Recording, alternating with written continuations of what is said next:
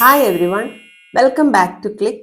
നമ്മൾ ഡിസ്കസ് ചെയ്തുകൊണ്ടിരിക്കുന്നത് കേരള PSC മുൻവർഷങ്ങളിൽ ചോദിച്ചിട്ടുള്ള റെസിസ്റ്റൻസ്, കപ്പാസിറ്റൻസ്, ഇൻഡക്ടർ എന്നീ പോർഷൻസിൽ നിന്നുള്ള പ്രീവിയസ് ക്വസ്റ്റ്യൻസ് ആണ്. ഫസ്റ്റ് ക്വസ്റ്റ്യൻ നോക്കാം. ഇൻ പ്യുവർലി ഇൻഡക്റ്റീവ് സർക്യൂട്ട് എന്താണ് ഓപ്ഷനിൽ കറക്റ്റ് എന്നാണ് ചോദിച്ചേക്കുന്നത്. പ്യുവർലി ഇൻഡക്റ്റീവ് സർക്യൂട്ട് എന്ന് പറഞ്ഞാൽ എന്താണ്? നമുക്കറിയാം, പ്യുവർലി ഇൻഡക്റ്റീവ് സർക്യൂട്ട് എന്ന് പറയുന്നത് ഒരു ഇൻഡക്ടർ മാത്രമേ അവിടെ ഉണ്ടാവുള്ളൂ. എന്തില്ല? റെസിസ്റ്റൻസോ കപ്പാസിറ്റൻസോ ഒന്നും അവിടെ ഉണ്ടാവില്ല. ഇവിടുത്തെ വോൾട്ടേജ് എങ്ങനെയാണ് കറണ്ടുമായിട്ട് ഡിപ്പെൻഡ് ചെയ്തിരിക്കുന്നതെന്നാണ് ചോദിച്ചിരിക്കുന്നത്. ഇവിടെ voltage leads current by 90 degree ആണ്. സോ ഓപ്ഷൻ സി ആണ് right answer. Voltage lead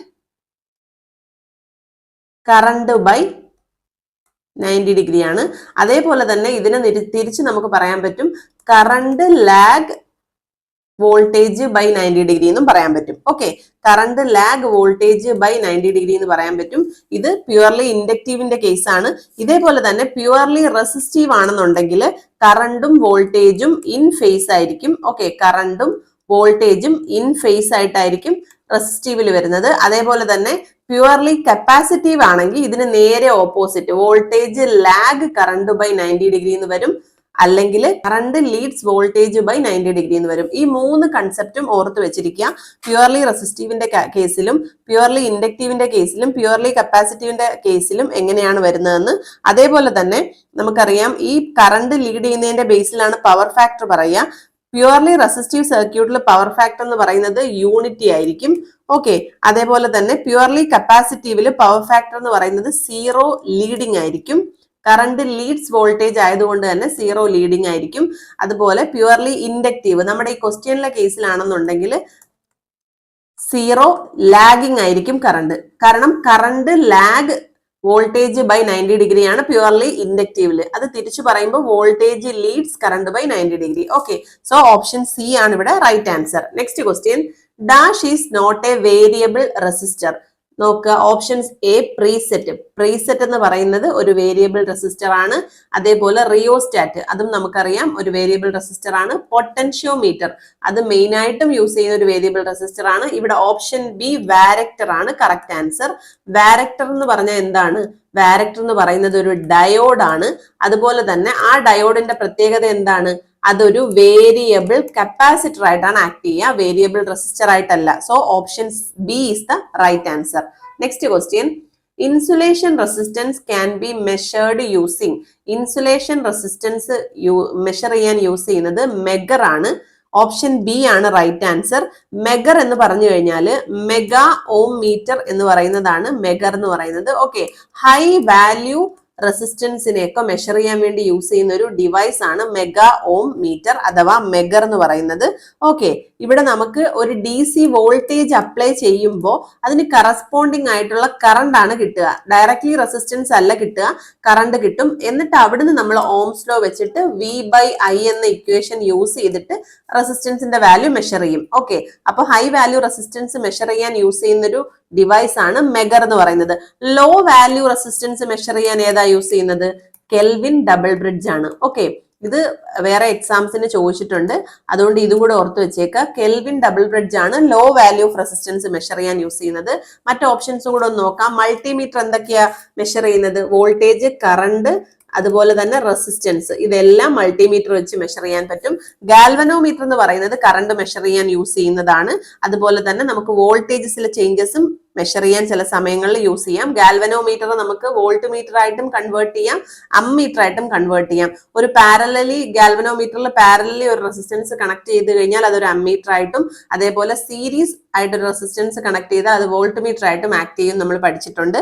okay, option ഡിയിൽ പറയുന്ന ക്ലാമ്പ് മീറ്റർ എന്ന് പറയുന്നതും ഒരു കറണ്ട് മെഷറിംഗ് ഡിവൈസ് തന്നെയാണ്. നോ കോണ്ടാക്ട് മെഷർമെന്റ് ഓഫ് കറണ്ടിന് യൂസ് ചെയ്യുന്നതാണ് ക്ലാമ്പ് മീറ്റർ. ഇവിടെ നമുക്ക് ഇൻസുലേഷൻ റെസിസ്റ്റൻസ് മെഷർ ചെയ്യാൻ യൂസ് ചെയ്യുന്നത് മെഗർ ആണ്. So option B is the right answer. Next question, the colour code of 1 kilo ohm resistor. 1 kilo ഓമിനെ നമുക്ക് എങ്ങനെ റെപ്രസെന്റ് ചെയ്യാം? 1000 ഓം എന്ന് റെപ്രസെന്റ് ചെയ്തൂടെ?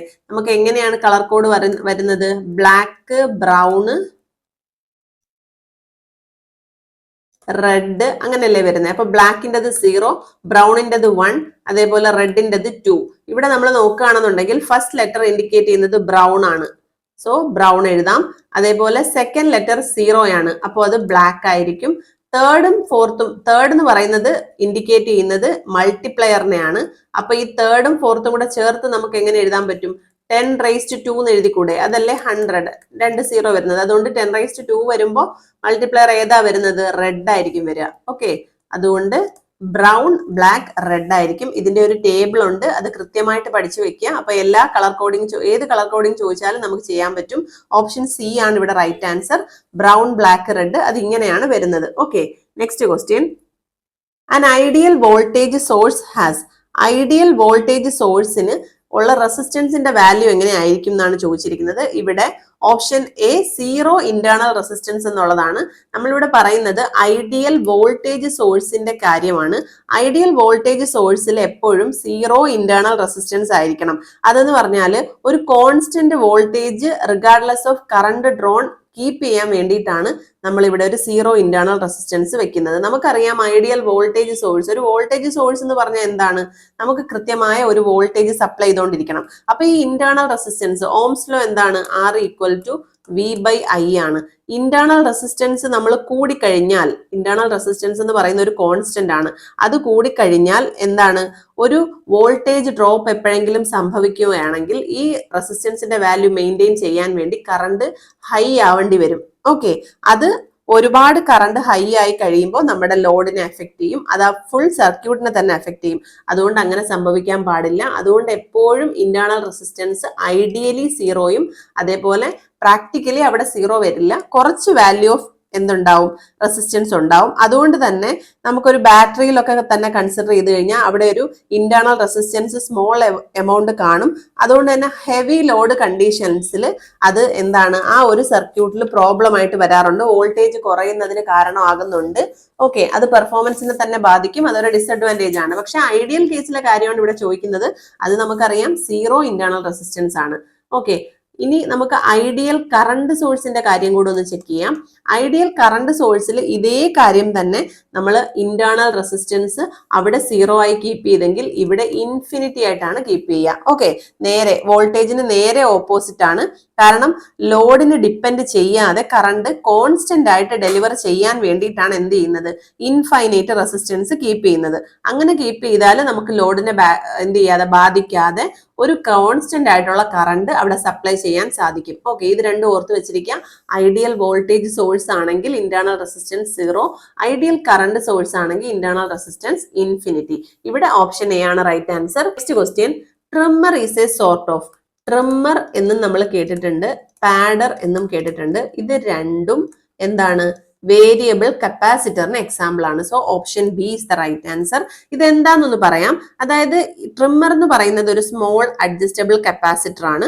ഇതെന്ന് പറയുന്നത് ഫൈൻ ട്യൂണിങ്ങിന് വേണ്ടിയിട്ടാണ് യൂസ് ചെയ്യുന്നത്. ഫൈൻ ട്യൂണിങ് ഇത് എങ്ങനെയാണ്? ഫിക്സഡ് കപ്പാസിറ്ററുമായിട്ട് സീരീസ് ആയിട്ടാണ് കണക്ട് ചെയ്യുക. സീരീസ് ആയിട്ട് കണക്ട് ചെയ്യുമ്പോൾ എന്ത് ചെയ്യാൻ പറ്റും? ഒരു റേഞ്ച് ഓഫ് കപ്പാസിറ്റൻസ് വാല്യൂ കാണും.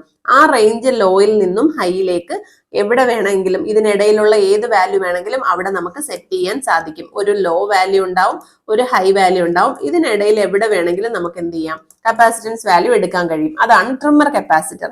പക്ഷേ പാഡർ എന്ന് പറയുന്നതും ഇതേപോലെ ഒരു വേരിയബിൾ കപ്പാസിറ്റർ തന്നെയാണ്, പക്ഷേ പാരലൽ ആയിട്ടാണ് കണക്ട് ചെയ്യുക. ഓക്കെ, മെയിൻ കപ്പാസിറ്ററിന് പാരലായി കണക്ട് ചെയ്യുന്നത് പാഡറും മെയിൻ കപ്പാസിറ്ററിന് സീരീസ് ആയിട്ട് കണക്ട് ചെയ്യുന്നത് ട്രിമ്മറുമാണ്. പാരലൽ കപ്പാസിറ്റർ എന്ന് പറയുന്നത് ഇതിന്റെ വേർഡിൽ തന്നെ ഉണ്ട്, പാഡ് ഓർ എക്സ്റ്റെൻഡ് എന്നാണ് അതിന്റെ മീനിങ്.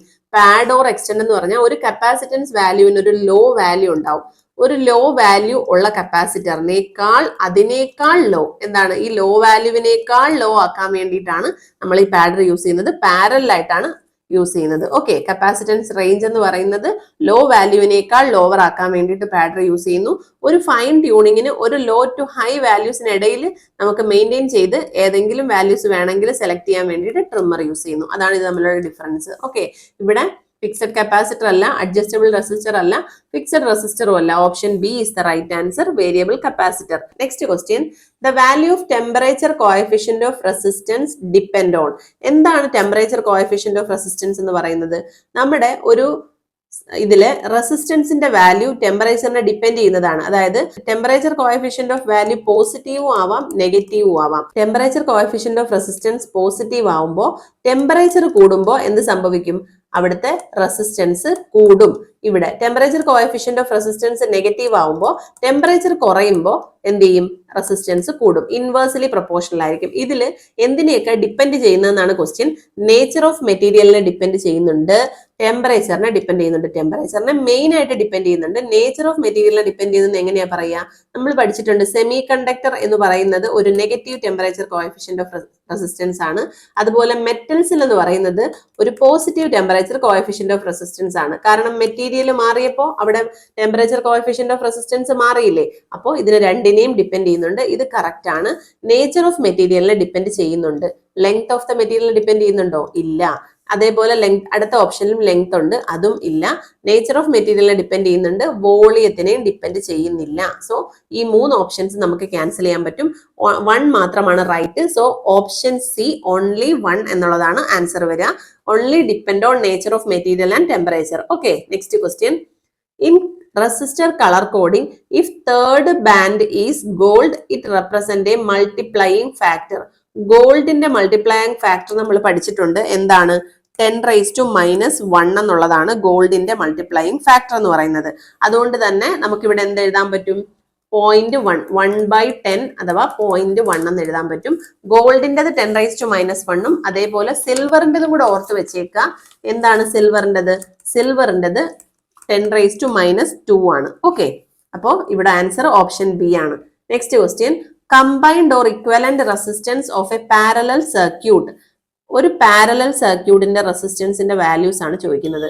കുറേ റെസിസ്റ്റേഴ്സ് പാരലായി കണക്ട് ചെയ്താൽ ഒന്നിന്റെ വാല്യൂ 10, 20, 3 and 8 ഇങ്ങനെയാണെങ്കിൽ ഇതിൽ ഏറ്റവും ലോവസ്റ്റ് വാല്യൂ 3 ആണ്.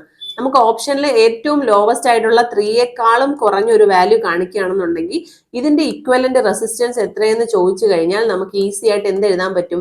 ആ 3യേക്കാളും നമ്മുടെ കൂട്ടത്തിലുള്ള പാരലായിട്ട് കണക്ട് ചെയ്തിരിക്കുന്ന വാല്യൂസിൽ ഏറ്റവും ചെറുത് ഏതാണോ അതിനേക്കാൾ ചെറുതായിരിക്കും നമ്മുടെ ഇക്വലന്റ് റെസിസ്റ്റൻസ് എന്ന് പറയുന്നത്. സോ ഓപ്ഷൻ എ ആണ് റൈറ്റ് ആൻസർ. ക്വസ്റ്റ്യൻ.